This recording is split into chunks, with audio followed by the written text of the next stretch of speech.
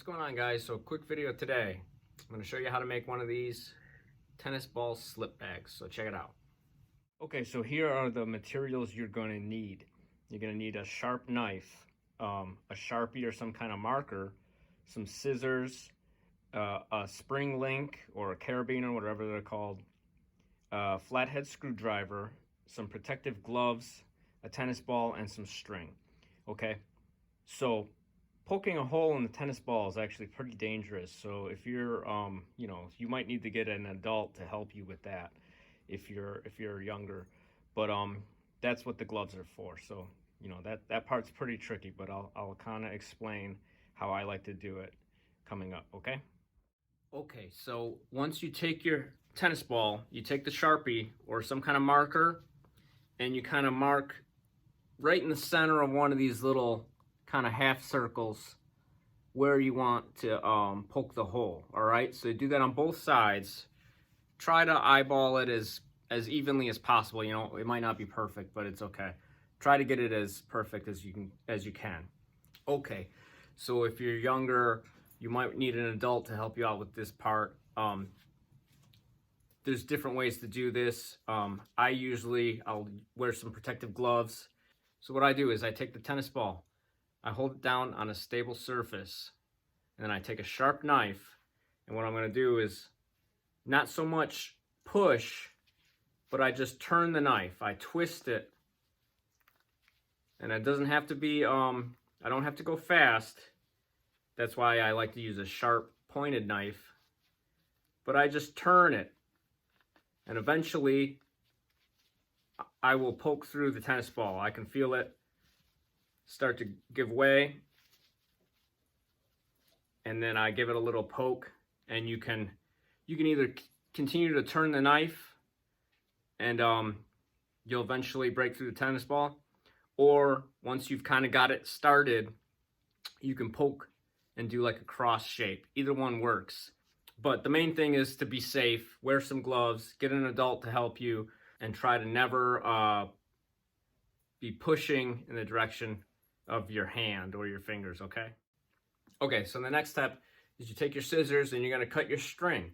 I like to leave a lot of slack because I like to change the height of the tennis ball, right? I don't always use it as a traditional slip bag about chin level. You know, I might put it a little higher if I'm working on some kickboxing or Muay Thai. I might put it a little higher because I don't want to be slipping as low, right? I might put it lower. You see a lot of my videos, I have it about elbow height. I like that because I like the movement it gives me. It helps me really work on controlling the range, right? So when I'm doing that kind of work, I'm punching at the string mostly, right? So I'm using the string. I can hit the string, the ball doesn't move as much, or it moves a little erratically, right? But it helps me work on my distance control. I can stay on the outside and move around the ball and just hit the string.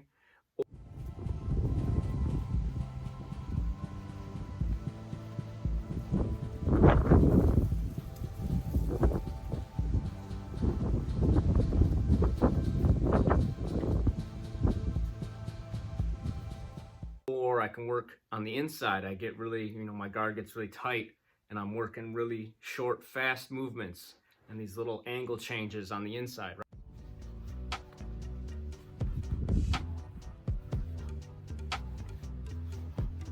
So I really like that. I might prefer that than actually using it as a traditional slip ball, but there's a lot you can do with these. You just got to get creative, okay? So you measure out some string and, leave some slack so you can adjust the height. Okay, so then once you got the string cut, now you got to get it through the ball. So you use a flat-headed screwdriver. So you just put the string over the screwdriver just like this. Hold it tight so it stays on. And then you just push this through the tennis ball, okay? Just like that. And then you can pull the string through.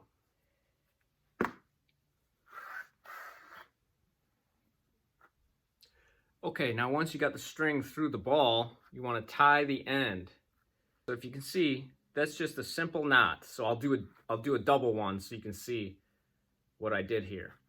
I pulled up some slack, I just did a traditional simple knot, and I'm doing, you know, I can do 2, 3, however many you want.